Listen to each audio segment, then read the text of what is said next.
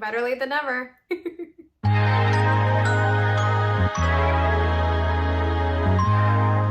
Hi everybody, my name is Ivana, I'm a bibliophile, and I'm here to share with you my favorite books of 2022. To be completely honest, I put off making this video because I am a fickle person. I can never make up my mind about anything. What's a favorite today might not be a favorite tomorrow. I also hate closure and can get avoidant when anything is ending, but I did not want to lose the opportunity to share the books that have really made an impact on me. I realize that we're almost in the middle of 2023, but there's still books that just keep replaying in my mind and scenes that keep replaying in my mind. I just want to share my love of those books. 2022 was really a time of experimentation for me. I'm a baby booktuber. I'm going through book puberty. I'm still trying to figure out what I like. Up until a couple of years ago, all I read was YA, young adult fiction, and I feel like I've graduated from that. There is one YA book that made it onto the list, and that's not to say that like young adult fiction isn't as worthy. I just feel like I'm starting to get more into literary fiction, reading for myself rather than reading for my job and my students. While YA is nice to like feed my inner child and to get those books that I wish I had when I was growing up, I think that I'm finally starting to figure out what it is that I like, and I think that this list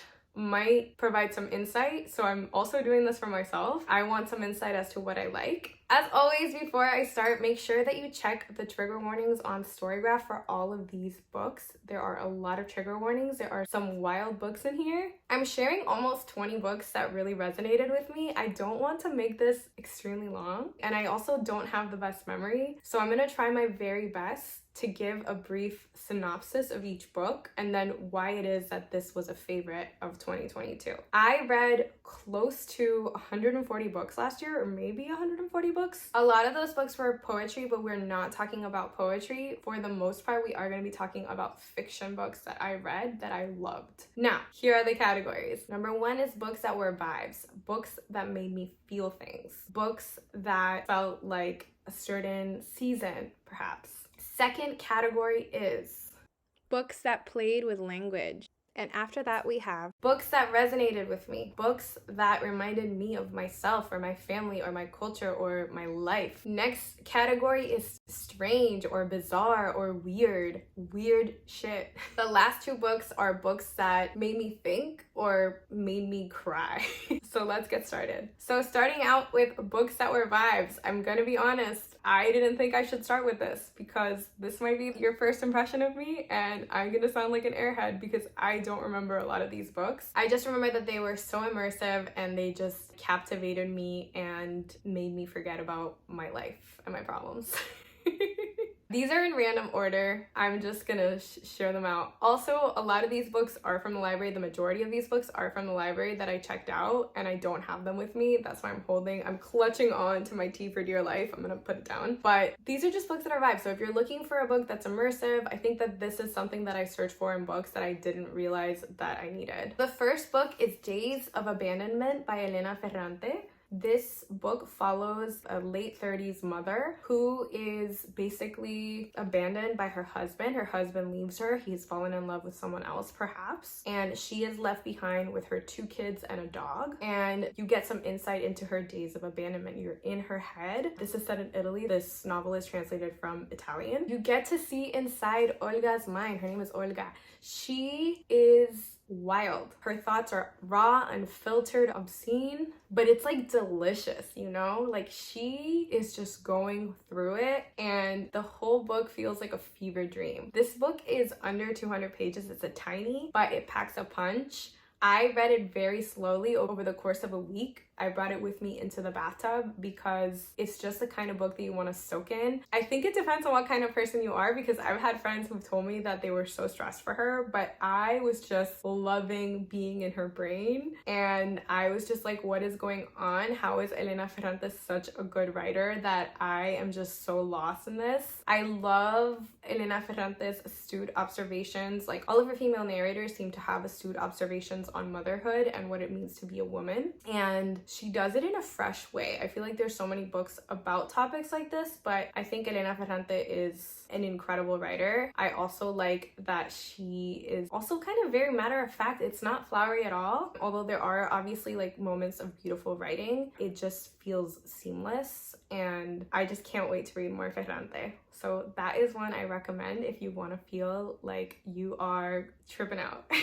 The next vibey book is Strange Weather in Tokyo by Hiromi Kawakami. And honestly, if I tell you the synopsis of this book, it might not sound very interesting. It is about a girl, I believe in her 20s. Her name is Tsukiko, and she goes back to her hometown. I believe it's for like a high school reunion. And she is a bit of a loner. She's not happy in life. She feels alone, and she meets up with her old high school Japanese teacher. This book is translated from Japanese, and they form a bond. They see comfort in each other, and they just hang out in bars. They go on a trip to the mountains to pick wild mushrooms. I read this book in a sitting. It was like the end of the summer, the start of the fall, and this book just perfectly captured what it feels like during that time. For some reason, I just felt so immersed in the story, and I was just so captivated by what was happening and by the descriptions of the town and the mountains, and also like their perceptions, their ideas about what it means to be lonely or alone. I feel like I do like slice of life books if they are quite short, and it is short. And I have my computer here. I'm gonna read a passage that I really loved. I find something quite carefree about the days around the winter solstice. When the daylight is so brief, it seems like it's chasing you, knowing that it will soon be dark anyway. I'm able to steel myself against that inevitable sense of regret brought on by the evening twilight. The moment after I realized it was dark, I would feel a surge of loneliness. I just love both of their observations. The book is really relatable. I would read this if you're in the mood for a cinematic book. I don't know why, but I ended up sobbing at the end of this. I'm the kind of person who likes to read with the seasons, and I don't know, I was in my feelings, and this book brought it out of me. I don't know if it's particularly sad. There are some sad parts, but I don't think it's any sadder than any other book. It just is a book that like strongly resonated with me, and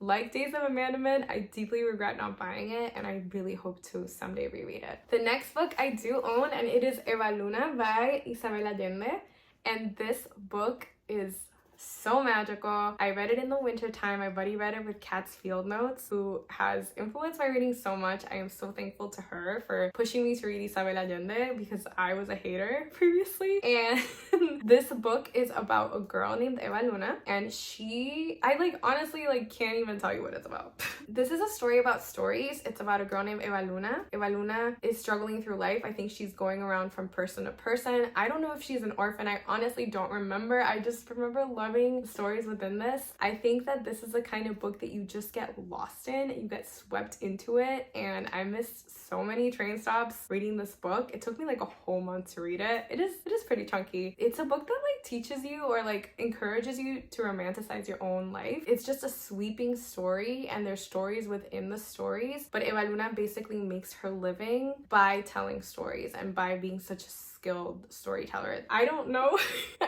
what else I can say about this book.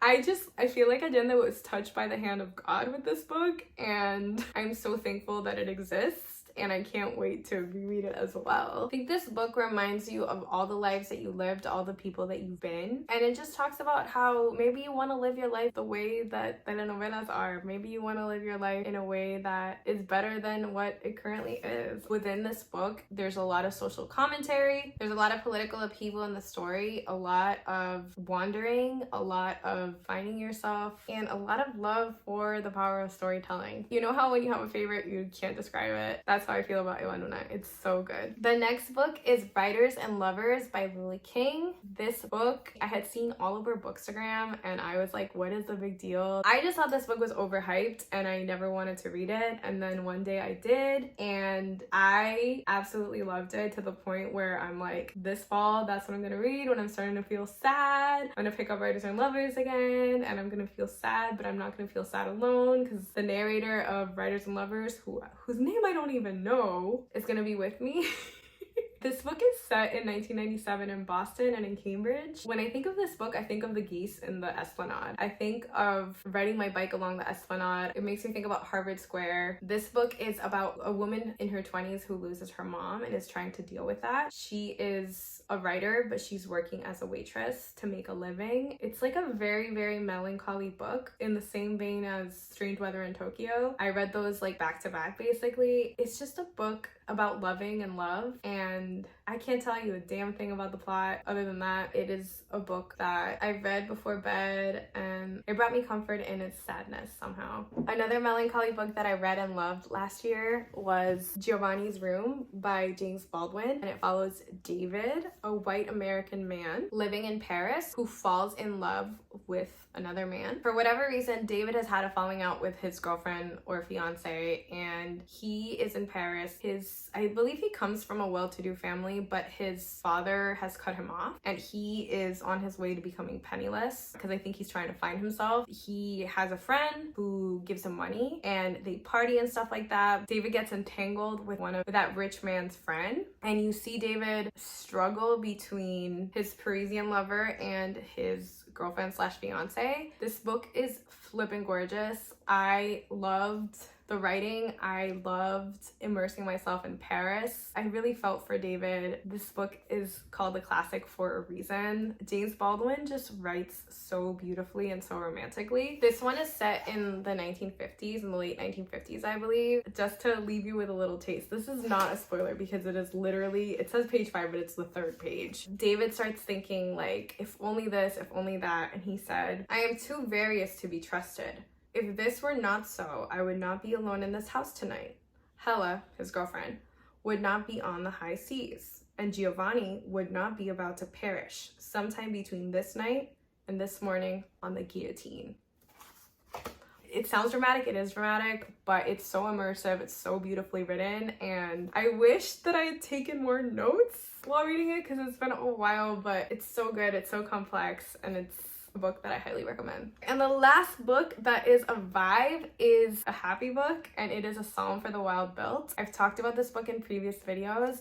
It is essentially a book that follows a monk's search for meaning. I fell for this book the second I read the dedication. It was like, this is for anyone who could use a break. And I was like, that's me. I read this at the end of the year. This might have been the last book I read in 2022. This book takes place in a non-capitalistic future where people don't even use money. In this book, the robots have rebelled against the humans and have left the factories, and they live in the woods now. The monk decides to travel to where the robots live, and there they meet a robot who has all of these questions about the meaning of life and what is the purpose of life. And so the monk and the robot try to help each other out, and they talk about what the meaning of life is. So it's like, it's a philosophical book, but it's a book that feels like a hug. It leaves you thinking about how we prioritize productivity above everything and how life shouldn't be that way. And so it's just a very heartwarming book that I recommend if you ever need a pick-me-up. It's also super tiny, you can read it in a sitting, and it's just great. So the vibey books were the longest section. The next section has 2 books, and it is books that played with language. These were books that were expertly crafted in my opinion, and they really captured like the essence of different groups of people. First of these books is How Not to Drown in a Glass of Water by Angie Cruz. I bought this book, but I ended up getting the audiobook for it because a lot of my friends like raved about the audiobook narration, and honestly it was the best audiobook I read in 2022. And I ended up giving my physical copy to my therapist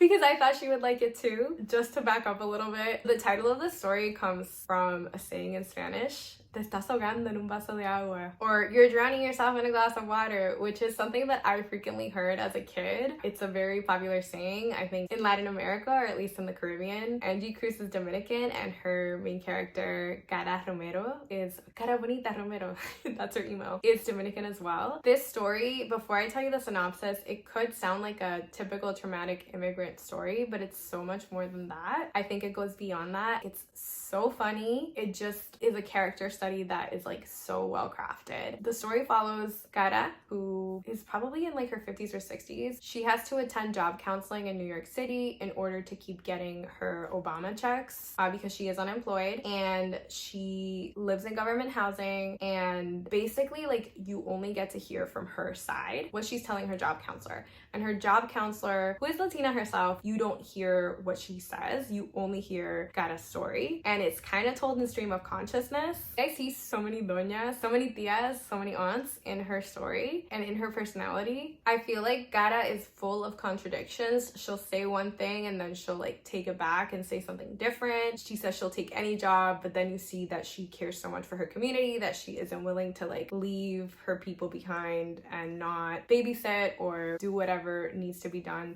for the people in her neighborhood. I think that this book is meant to be listened to. I don't know if I would have loved it as much if I read it, but I think it says a lot about oral traditions and how people tell their stories. And I think that Rosemary Almonte, who is the audiobook narrator for this book, did such a fantastic job. And I'm so happy that this book incorporated so much Spanglish. I just love how Angie Cruz played around with Spanglish and was able to give us a story that really resonated. I think that a lot of reviewers online will say things like, I didn't fully understand, there were too many Spanish words. I'll insert some examples of that. And I think it's just like so annoying that the white monolinguals are coming out for Angie Cruz and anybody else listening to what was the words that were coming out of Gara's mouth, especially as it pertained to her son and all of the tumultuous relationships she's had with her son.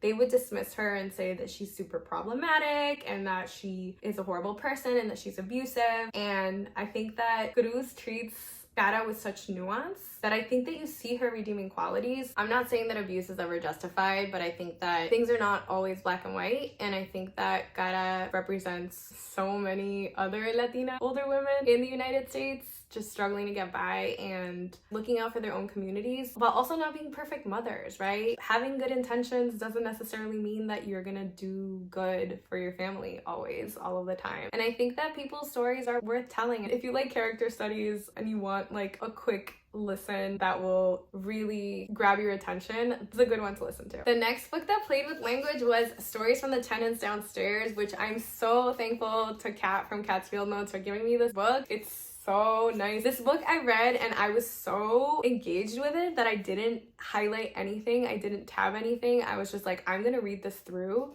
I also took my sweet time with it. Sometimes annotations can disrupt your flow, so I really, really wanted to soak this all in and enjoy it. This book takes place in Harlem. It follows the resident of a building called Banneker Terrace. The stories are all interconnected and you find out throughout the book. All of the residents that this book follows are Black and in the margins, and these are often not told stories. What I loved about this book is that every single story has its own unique voice. Like, it really felt like I was listening to the perspective of so many different characters. This book was really nuanced. I know that the synopsis can seem on the nose, but it was super, super nuanced. I laughed my ass off reading this. It's so funny. There's just so much to love about these stories. This book is also awesome in that it is written entirely in AAVE, or African American vernacular. The voices are so strong and every single character feels like its own developed person. And I just love that this book exists and that it's out in the world. My favorite stories were probably the Okie Dokie and, oh my god, there were so many though. Miss Dallas. Miss Dallas is about a paraprofessional at a public school. I think she's a one-to-one para. She works with a student. A paraprofessional, if you don't know, is like a teacher's aide, or in this case, somebody who works with a student because they might have special needs. Her story in particular focuses on like the plight of public schools, but it does so with so much humor, and also like the burden placed on Black women in schools when it comes to like disciplining kids or talking to kids, especially when there's like a wealthy white teacher leading a classroom. I'm making this book sound really serious and it's not. It's like just so delightful. I don't know. It's like people like hustling for better lives, kids like having fun, tiny entrepreneurs. It's just really, really, really super, super beautiful. This one had some like horrible reviews and I'll show them somewhere, but one of them says, written not in English, but mostly dialect, written with just enough English words that you can occasionally guess what is going on. If imprecision and uncertainty is your thing, then this is the book for you. Which is like, shut up, dude. Like, get off your ivory tower because this book is so good. People express themselves in different ways, and some people need to shut up about what is easy to follow and what is not easy to follow. This book and How Not to Drown in a Glass of Water shows the breadth of like how beautiful English is and how people express themselves in different ways. Just because it's not what people are taught in academia doesn't make the writing any less worthy. In fact, it makes it even richer. I feel like this one and How Not to Drown in a Glass of Water had really, really strong voices, and I can't wait to read more from Siddiq Fofana. I am so excited. So the next books are books that resonated with me, and the first one is Woman Hollering Creek by Sandra Cisneros. And this book is so stunning. I loved it so much. I'm really surprised that not a lot of people are talking about this, and that I don't know if this is considered a new classic, because so many people talk about Sandra Cisneros and they mention like The House on Mango Street, and I'm just like, no, Woman Hollering Creek is where it's at. It's like so good. This book is a short story collection. It's 160 something pages. It mostly follows Latinas and like the experiences that they've had. It's so whimsical. It touches on the plight of women, machismo, on motherhood. Sandra Cisneros herself is staunchly against motherhood for herself, and you see a lot of that, like regretting motherhood or having to deal with a good for nothing man in this book. I'm making this sound like super cliched, but I just like saw so much of like my family in this book. I saw so much of like, I saw my dad in the pages of this book. I saw my aunts. I saw my mom in the pages of this book. And it's just so beautiful. I feel like I also don't know how to describe this book. I just think that you should read it. Even though this book is less than 200 pages, it took me a whole month to read it because I just wanted to soak it all in. Sandra Cisneros is a sparse writer, but even still, like, I think you should take her in small doses. So I highly recommend reading this book slowly. One of the things that she says here is de poeta y loco todos tenemos un poco, which rhymes in Spanish, but essentially that means we all have a little bit of a poet and like an insane person inside of us. I just love her. I love how Sandra talks to trees and names clouds, and it's just so, she's like your wacky tia. Another thing it made me think about was how so many women in Latina culture, so many women are named after tragic things, like Socorro, which means like, I don't even freaking know what Socorro means. It means like help. Yeah, Socorro means help, like something that you would shout, like help. That's a popular name in Spanish. And Soledad, which means solitude, which honestly can have a positive connotation as well. Or Dolores. Dolores means pains. Like, why would you name someone pains? Like, women are only valuable if they're suffering, or women were made to suffer, right? Woman Hollering Creek. I just found these stories so precious and funny. I just realized there's a few short story collections here, and I'm becoming a short story girly. But yeah, that's Woman Hollering Creek. Another book that resonated with me was Panza de Burro by Andrea Abreu, which in English is translated into Dogs of Summer. And this book is a coming of age tale about two friends. It is written from the perspective of a child. The girls are growing up in the Canary Islands in Spain. What I loved about this book, and honestly this could also go in the books that played with language. Thank you to Kat. I keep mentioning Kat, but she really has been so influential in my reading. So thank you, Kat. But what struck me about this book was the language. It was written from the perspective of a child. And Caribbean Spanish and Canary Island Spanish, Canarias Spanish, is so similar because colonialism. But it was so nice to see that so many phrases that we use in Puerto Rico and for Kat in the Dominican Republic, or like in Dominican Spanish and Puerto Rican Spanish, like it was just so nice to see that reflected. I also think that the story is so gross and disgusting and wild and hilarious that it just reminded me so much of growing up and being a teenager and doing outrageous things, especially as the internet was becoming like a thing, because that's when I grew up. I think Andrea is like younger than me by like 4 years. She's like my sister's age. But we came of age around the same time when instant messaging was becoming a thing, and you would just like make not the best choices and who you decided to talk to on Messenger. I used MSN Messenger. We didn't really use AIM back home. I just thought that it was such a hilarious look at growing up and exploring your sexuality and just becoming a human being and an adult and a person. And then the last book that resonated with me was Feelings by Manjit Tap. This is a gorgeous graphic novel. It's like so short too, and it's about a South Asian woman. It's a look at seasonal depression really, and a look at how the seasons can kind of mirror how you're feeling on the inside. I suffer from seasonal depression, both in the winter and sometimes in the summer. And so I think this book is just so stunning and so beautiful. I actually have gone on her website and bought a few of her prints because I just love her art so much. And so this is the kind of book that I strongly recommend you read if you want to feel a little bit less alone. It's just a good pick-me-up. I loved it.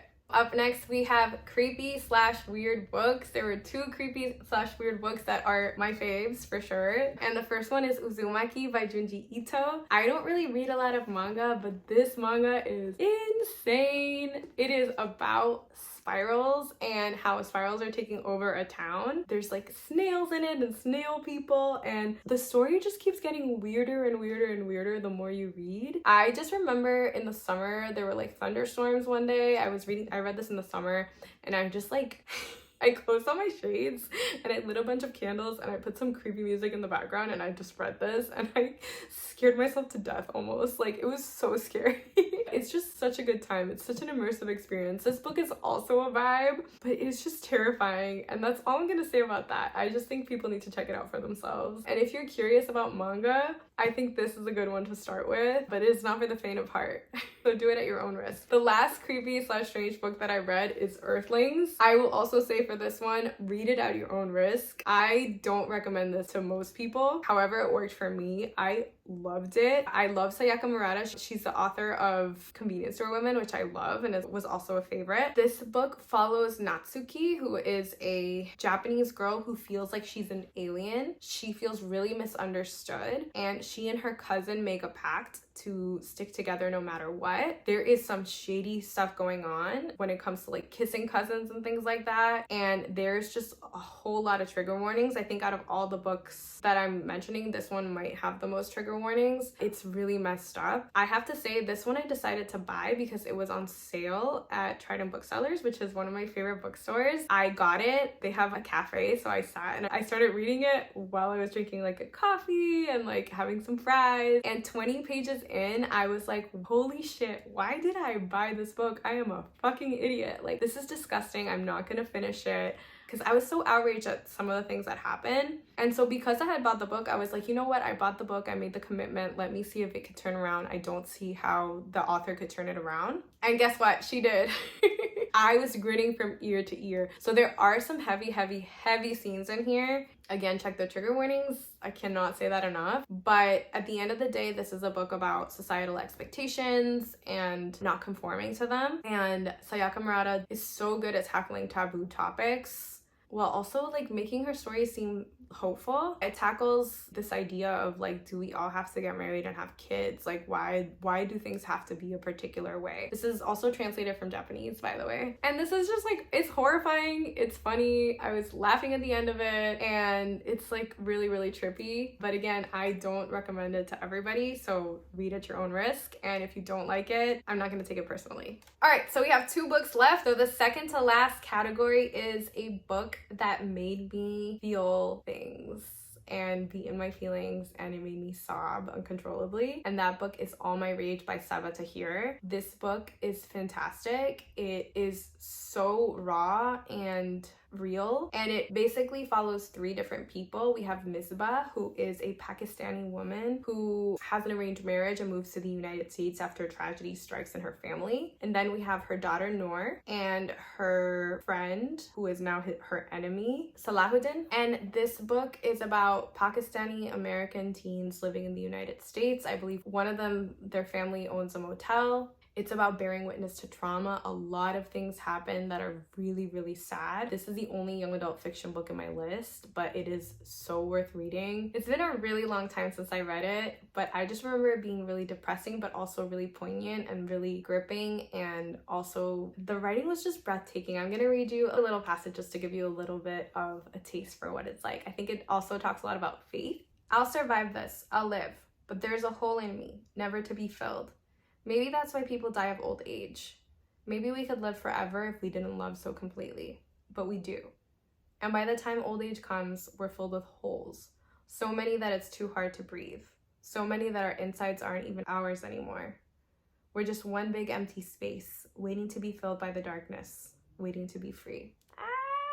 So good. And then the last one is a book that made me really think about life. It's so intriguing, and it is Post-Traumatic by Chantal V. Johnson. Again, I checked this out of the library like I did with many of the books, and I never bought it, but I wish I had. And this book follows Vivian, who is a Black Puerto Rican woman living in New York City. I believe she's in her 30s perhaps, and she is navigating through life, through her past and her current traumas, dating, family, friendships, and her tough job advocating for patients in a psychiatric hospital. Vivian has it rough, but for me, this book wasn't so much about the plot, although the plot gets wild at the end and it was such a wild, fun ride. It's about the ideas that she explores, particularly her ideas about what she calls family propaganda. And she talks about how we didn't ask to be born, and people like often talk about like venerating and like caring for your elders, but what happens when your family members like didn't really nurture you or provided for you, right? Like, what do we owe our family members? And why is it that in some communities, particularly marginalized communities and communities of color, why is it that people are asked to give so much for their family members, particularly their parents? That just felt like such an interesting exploration. It's Vivian's like, why can't I just cut my mom off? Like, what is going on here? And so that to me, like, the synopsis sounds really on the nose, but I swear, like, it's not a cliched story, and it's just so insightful. And this is a book that has just stuck with me like months and months and months and months, and over a year after I read it probably. So if you're looking for a novel that explores a lot of ideas, and especially ideas about family, like, I strongly recommend Post-Traumatic. Family and race, right? She talks a lot about dating as a Black woman and how it's so complicated. I don't want to put words in her mouth though, so like I would say, like, if that sounds like something interesting to you, then I highly recommend you read it. And also like this idea of therapy and how certain groups of people just don't believe in therapy. Those were my favorite 2022 books. I'm honestly super glad that I waited this long to do this, because I feel like having had time away from those books has given me a little bit more clarity as to like which books have actually stood out to me and which books I really would love to reread, which is like the majority of these books. Let me know if you have any thoughts about these books, or if you have any recommendations based on the books that I shared. I'm starting to feel like maybe I'm at the tail end of my reading puberty. Who knows? Thank you all for your support, and if you're still watching, thank you so much for sticking around. I am already so stressed to do this for 2023. I hope you have a lovely day.